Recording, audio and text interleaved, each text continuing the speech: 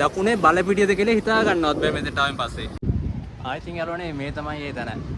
පේනවනේ පිටිපැත්තෙන් තාමත් ෆොටෝ ගන්නවා මේ. ෆොටෝ ගන්න මාර පොණිමක් තියෙන්නේ. වතුර නිල් පාටයි. මෙතන යන්න පුළුවන් කොහේ හරි අපිට ගිහිල්ලා බලමු.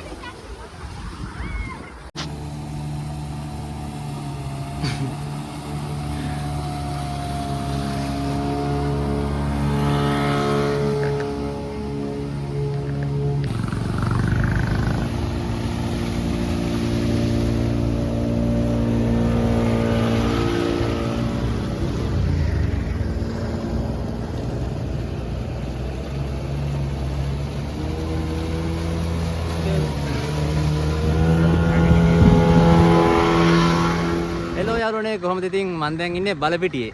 බලපිටියේ මං ආසම තැනක. ඔයාලට පේනවා ඇති මෙතනින් මාදුගඟ තියෙනවා. අතන එහායින් බලපිටියේ රේල්වේ ස්ටේෂන් එක තියෙනවා. ඉතින් මේක මාර ලස්සන තැනක්.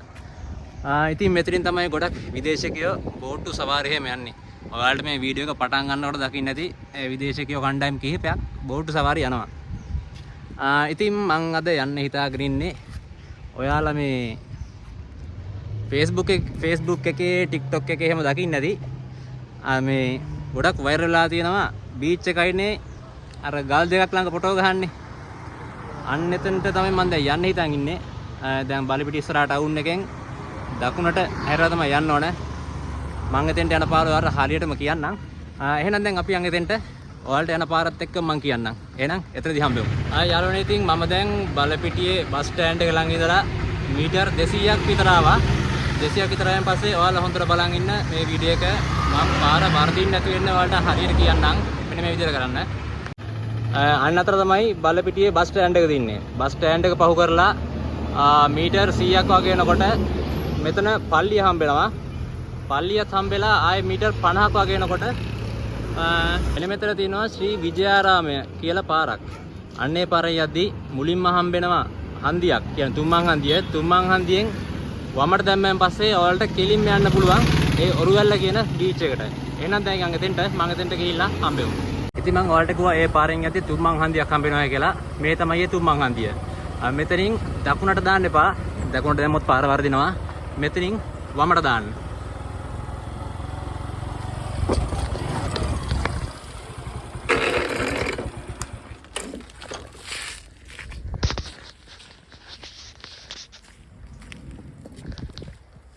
ඉතින් එතන වමට දාලා ඒ තාර පාර දිගේ දිගටම යන්න. ඒ තැනට කියන්නේ ඔරුවැල්ල කියලා. මේ පාර කෙලිම වැටෙන්නේ ඒ ඔරුවැල්ල කියන බීච් එකට. ඉතින් පාර වර්ධින කිසි හේතුවක් නැහැ. මේ තාර අතරින් වමට දැම්මන් පස්සේ මේ පාර දිගේ කෙලිම යන්න. කෙලිම වැටෙන්නේ ඔරුවැල්ල බීච් එකට. ඒ ලස්සන ෆොටෝ ගහන පොට් එක තියෙන අන්න ඒ බීච් එකට. එහෙනම් යන් දැන් අපි ගිහිල්ලා එතනදී හම්බෙමු. ඉතින් යාළුවනේ පාර දිගේ ආවට පස්සේ මෙතෙන්ට තමයි කෙලිම වැටෙන්නේ. ඔයාලට පුළුවන් මෙන්න මෙතන මේ ගෙයක් තියෙනවා. ඒ ගේ ළඟ ඔයාලගේ එන වාහනේ පරිස්සමට දාන්න පුළුවන්. එහෙම දාලා අපිට ඒ ප්ලේස් එකට යන්න තියෙන්නේ මෙන්න මේ මෙතන අයින දිගේ. මේ අයින දිගේ පොඩි පාරක් තියෙනවා. ලස්සනට තාප්පයක් අයිනෙන් බීච් එක අයිනෙන් පොඩි පාරක් තියෙනවා. මෙන්න මේ පාරෙන් තමයි ඒ අදාළ තැනට ඒ ලස්සනට ඒ ගල් දෙයක් පිහිටලා තියෙන තැනට යන්න පුළුවන්. ඉතින් මාරම ලස්සනයි. මෙතන මේ පොඩි වරායක් තියෙන්නේ. මේ අයන දිගේ තමයි එතෙන්ට යන්නේ. ආයිතින් යාළුවනේ මේ තමයි ඒ තැන. පේනවනේ පිටිපැත්තෙන් තාමත් ෆොටෝ ගන්නවා මේ. ෆොටෝ ගන්න මාර පොණිමක් තියෙන්නේ. ඒ තරමට මෙතන ප්‍රසිද්ධයි. මෙතන විතරක් නෙමෙයි. මට දැන් අංකල් කෙනෙක් කිව්වා තව තැනක් තියෙනවා කියලා මේ ඉස්සරහා. පොඩ්ඩක් මේ ගල් දෙබොක්කාවක් අස්සෙන් කිව්ව යන්න ඕන. පොඩ්ඩක් අපි එන එතෙන්ට ගිහිල්ලා බලමු. එන ගමන් ආයෙ මෙතෙන්ට උඹ බලන්න. දැන් කට්ටිය ගොඩක් ෆොටෝ ගන්නවා. අපි එන පැත්තට ගිහිල්ලාමු එන. බලන්න යාළුවනේ මාරම ලස්සනයිනේ. මේ බලන්න.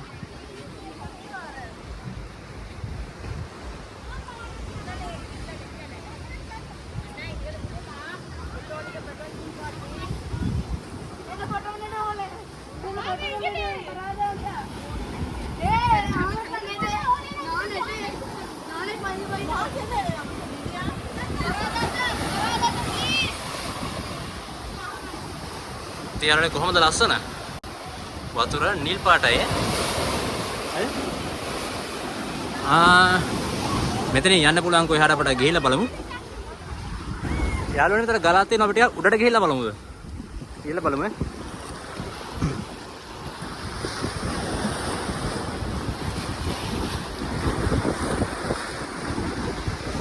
වා මාර ලස්සන ප්ලේස් එක. මේ ගාලේ බලපිටිය දකුණේ බලපිටියද කියලා හිතා ගන්නවත් බෑ මෙතෙන්ට ආවෙන් පස්සේ. බලන්නකෝ තියෙන ලස්සන.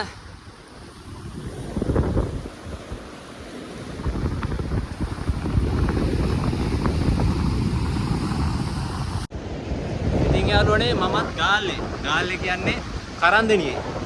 කරන්දෙනියට මේ බලපිටිය ගොඩක් දුර නැහැ. ඉතින් මෙච්චර කාලයකට මම හිතුවේ නෑ බලපිටියේ මේ වගේ ලස්සන තැනක් තියෙනවා කියලා. ඉතින් මම ඔයාලට කියන්නේ මේ වීඩියෝ එක බලලා මේ වගේ තැනකට පොඩ්ඩක් ඇවිල්ලා යන්න එන්න. හිත නිවෙනවා මාර ලස්සන නිස්කලංකයි. අර බලන්න ගොඩක් කට්ටිය යනවා නේ. පිට පළාත් වලින් හැමතැනින්ම මෙතෙන්ට එනවා. බලන්න කොච්චර ලස්සනද කියලා.